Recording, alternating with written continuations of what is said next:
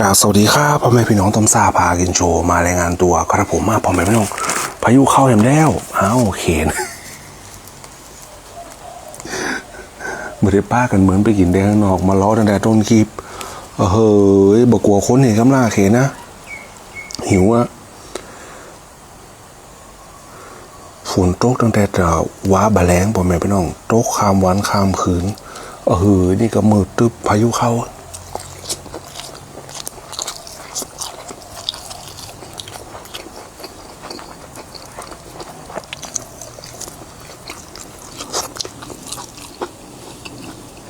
จิกเอาเข็น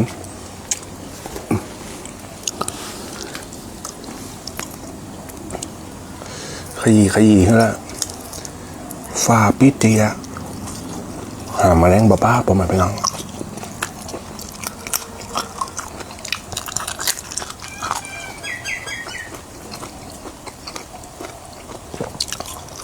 ผัดเผ็ดกบ1 กิโลประมาณไปน้อง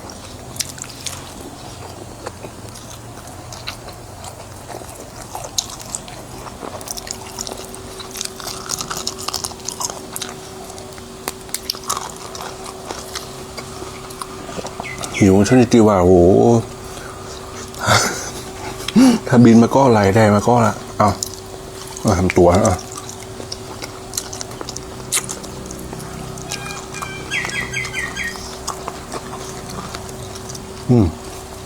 มากินด้วยกันแม่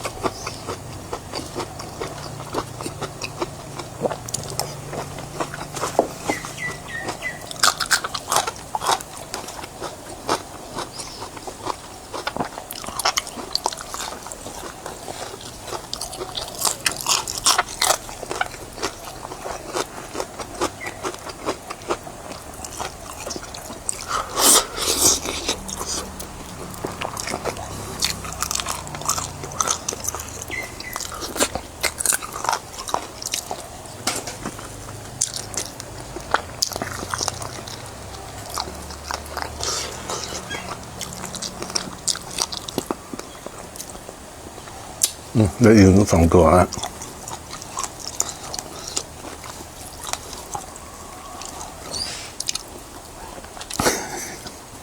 ดูกินกบ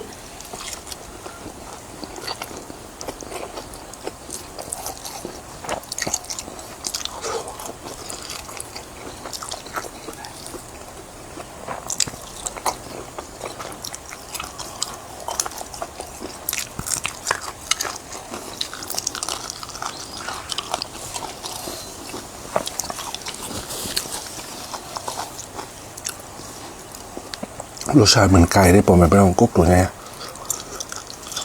แต่จิ้นจะหนุ่มกว่า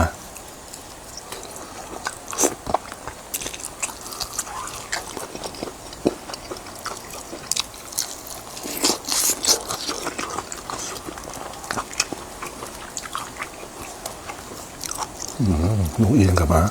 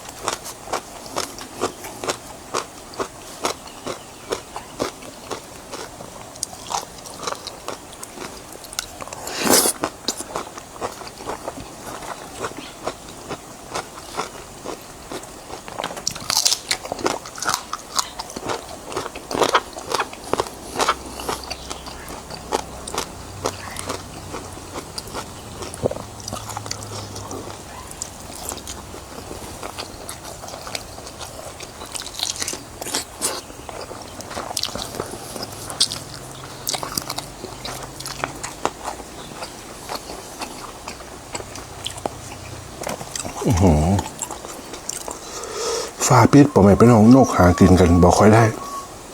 ตึงมาแรงตึงอะไรอย่าง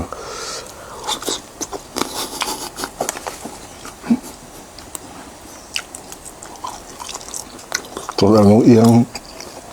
มันกลัวคนอยู่ไกลๆนะสุดท้ายก็ต้องเอามากินนะเพราะว่าหิว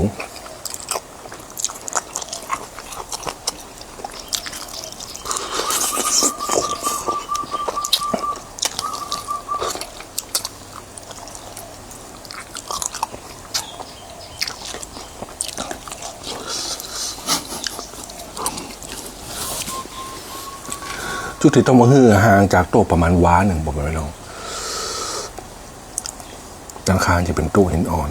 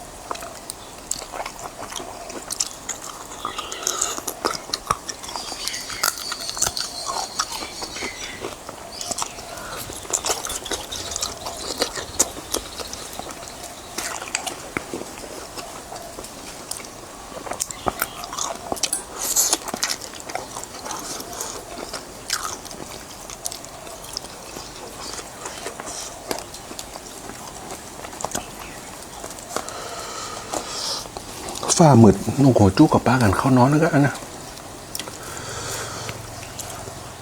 มาแล้วมันฟุ้ง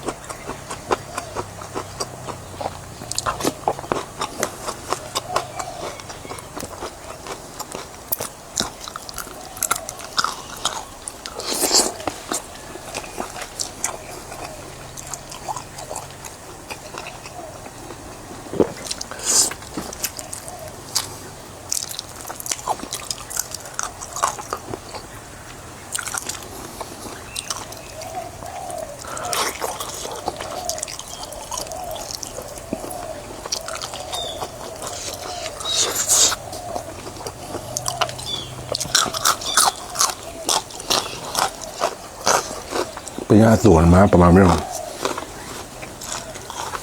ตื่นมาบ้านอาบน้ำป๊อดน้ำจะก็น้ำแข็ง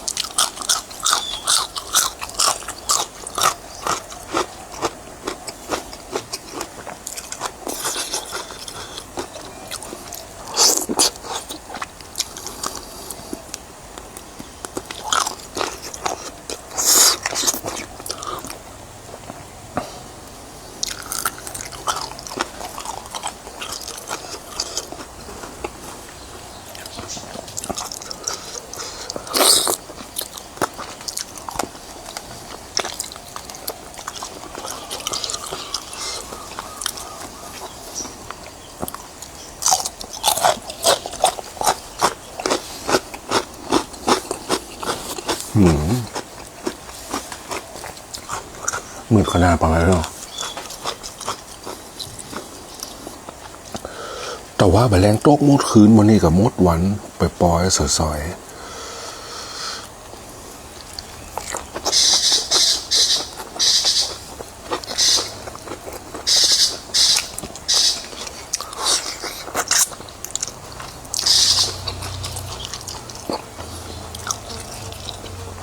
ตาเข้าไว้เรียบร้อยประมาณไม่ต้อง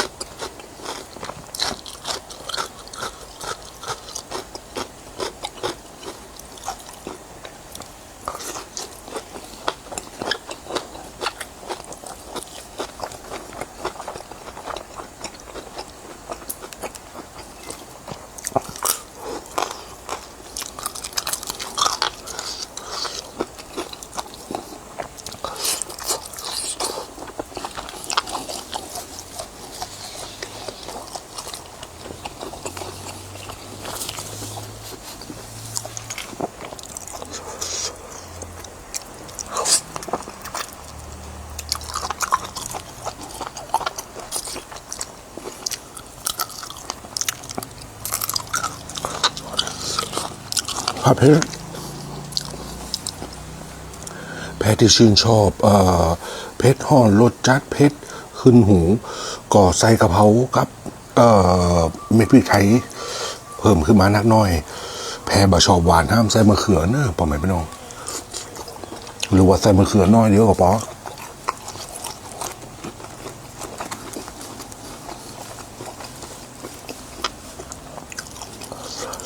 มะเขือน่าคือหวานปอมไม่น้องใส่หนักไปหน่อยออกไปตั้งเผ็ดๆหวานๆ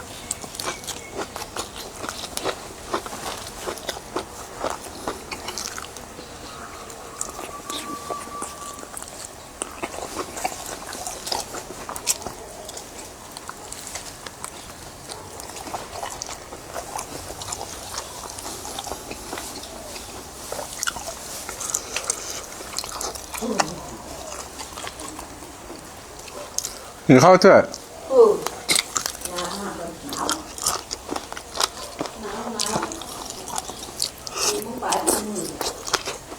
มือฝนจ้ะ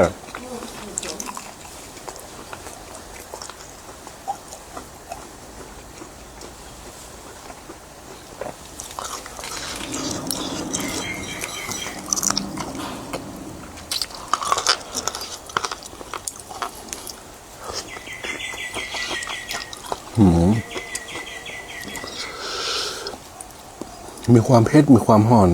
เผ็ดห่อนใบกะเพรามีพริกไทย หวานแสกมากผมไม่น้องแต่น่ะมะเขือเปาะนี่นะ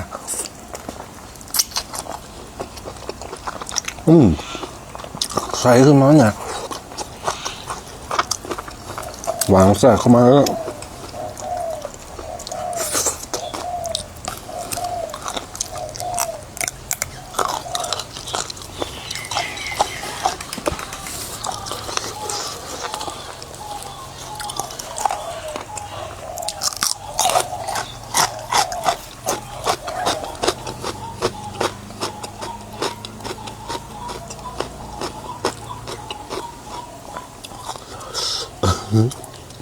ฝ่ามืดนกปลากันเข้าหางนอนมาแล้วกัน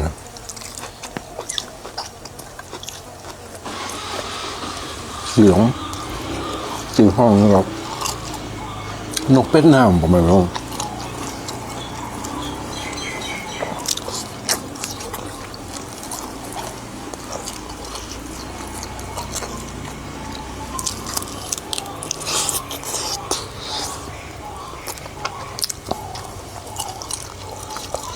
ห้องหากูหรือว่าห้องหาที่นอนมึง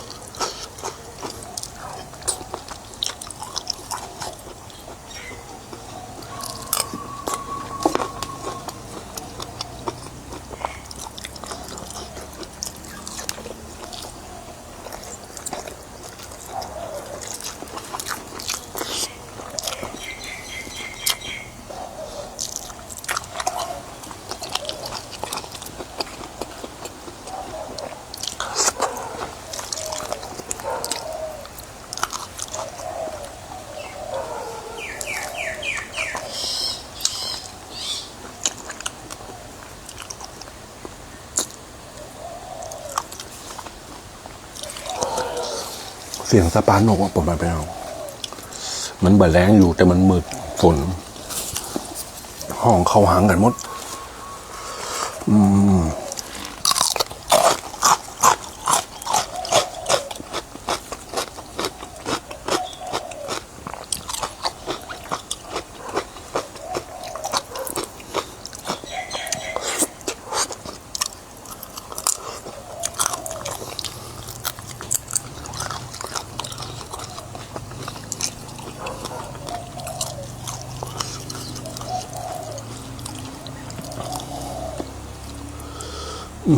มะเขือนักแต่นะผมไม่ไปลอง